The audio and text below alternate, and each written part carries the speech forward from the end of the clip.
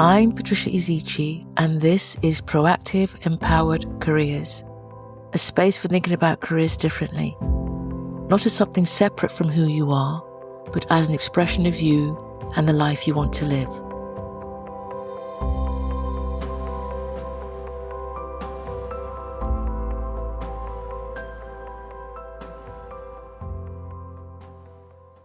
Hello everyone, and welcome back to this week's episode.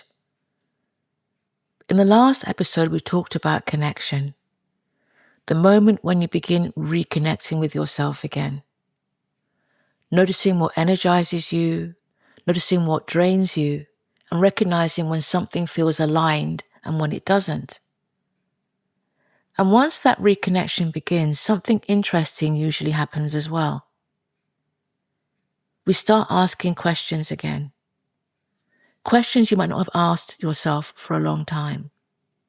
Questions about what you want, about what matters to you now, about what might be possible for you. And that shift is what we're going to explore today. That shift into curiosity. Because curiosity is often the next step once connection returns. And that's the second dimension in the 8 C's of the Proactive Empowered Careers method. When we talk about curiosity, people often associate it with childhood. Children are curious. But students are curious too. Researchers are curious. But curiosity is not something that only belongs in those spaces. Curiosity is one of the most important capacities we have for navigating our lives, especially our careers. Because curiosity is what allows us to explore possibilities before we fully understand them. It allows us to look at something and say, that's interesting. I wonder what that might look like. I'm curious how that works. And that mindset is incredibly powerful when we are rethinking our work and our direction. But here's what often happens instead. People stop being curious about their careers, not because they lack imagination, but because they feel pressure to know. They think they should already have the answers. They should already understand their path. They should already know what they want. So instead of asking questions, they start searching for certainty. They ask themselves things like, what's the right decision? What's the sensible move here? What makes the most sense? What will look good on paper? And sometimes, what will impress other people? And those questions can feel very serious and responsible, but they don't always create clarity. Often, they just bring pressure, because you're asking yourself to solve a complex life question immediately, and sometimes curiosity is what allows you to do that and allows that pressure around those questions to soften a bit. So when curiosity enters the conversation, the questions change. Instead of, what should I do? We might ask, what am I interested in right now? Instead of asking, what's the safest option? You might ask, what would I like to explore? Instead of, what's the right answer? We might consider, what might be possible for me now? And those questions, they bring space, they open up space. Not space for instant decisions, but space to explore. And curiosity also allows something else very important. It brings our attention back to ourselves. Because remember, in an earlier episode, we talked about people experiencing something called identity drift. As life moves quickly and responsibilities accumulate and expectations increase, people gradually become very good at responding to the world around them. So they become responsible, they become capable. But sometimes in that process, they stop asking themselves what actually interests them. And what curiosity does is it reconnects that thread. It brings the attention back to your own responses, to your own interests, to your own sense of engagement. And that's why curiosity often follows connection.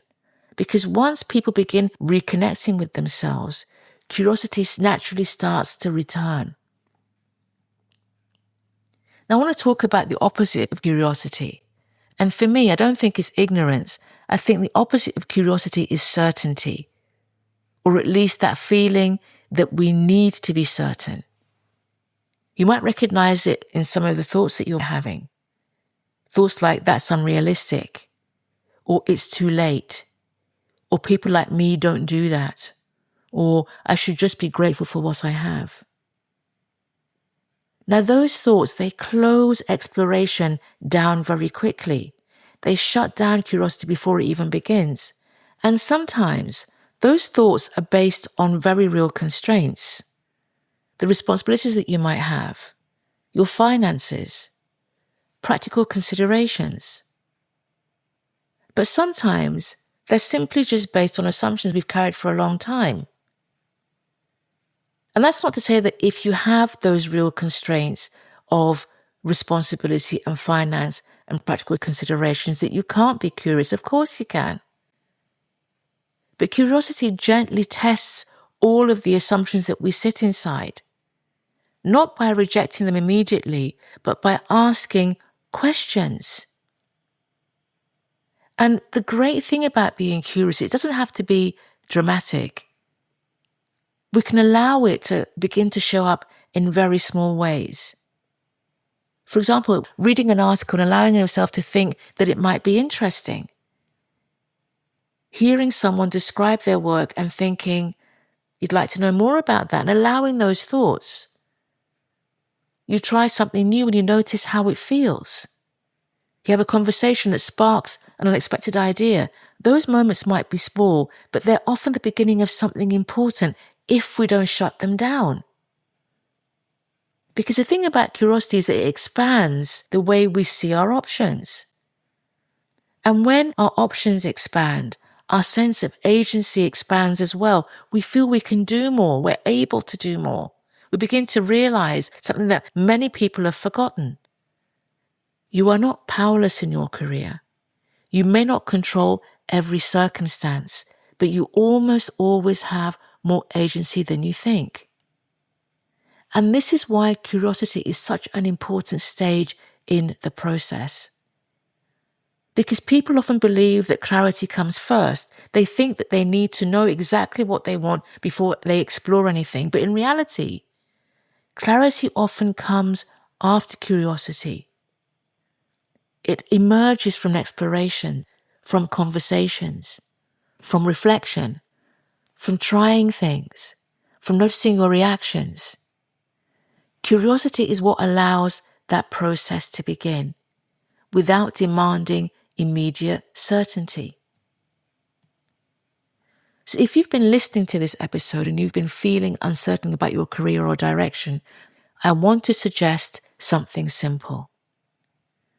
Instead of trying to solve the entire question immediately, what do I do next? What do I want for my career? Start simpler. Start with curiosity. What interests you now? What conversations do you find yourself leaning into? What ideas keep returning to your mind? What kinds of work make you feel more alive? You don't need to turn these questions into decisions straight away. Just notice them. Because curiosity often reveals patterns, and those patterns eventually lead somewhere. So as we bring this week's episode to a close, and as you move through your week, here's something to notice. Where in your life are you still curious? Where do you find yourself wondering, exploring, asking questions? Because those moments are often signals that something inside you is paying attention. And curiosity is often the first step towards something new. Now, this is still the early part of the process. So simply being able to see this clearly is already a shift. So next time, we'll talk about what tends to emerge after curiosity has had some space. The third of the elements of our 8 C's in the Proactive Empowered Careers method, and that's clarity. Because clarity rarely arrives all at once. More often than not, it develops gradually as curiosity helps you understand yourself better. So until then, keep noticing and take the very best care of yourself. This has been Proactive Empowered Careers. If today's episode resonated, follow or subscribe to the podcast so you don't miss what comes next. And if this podcast is supporting you, leaving a short review helps others find these conversations. And remember, your career isn't separate from who you are. It's an expression of you and the life you want to live.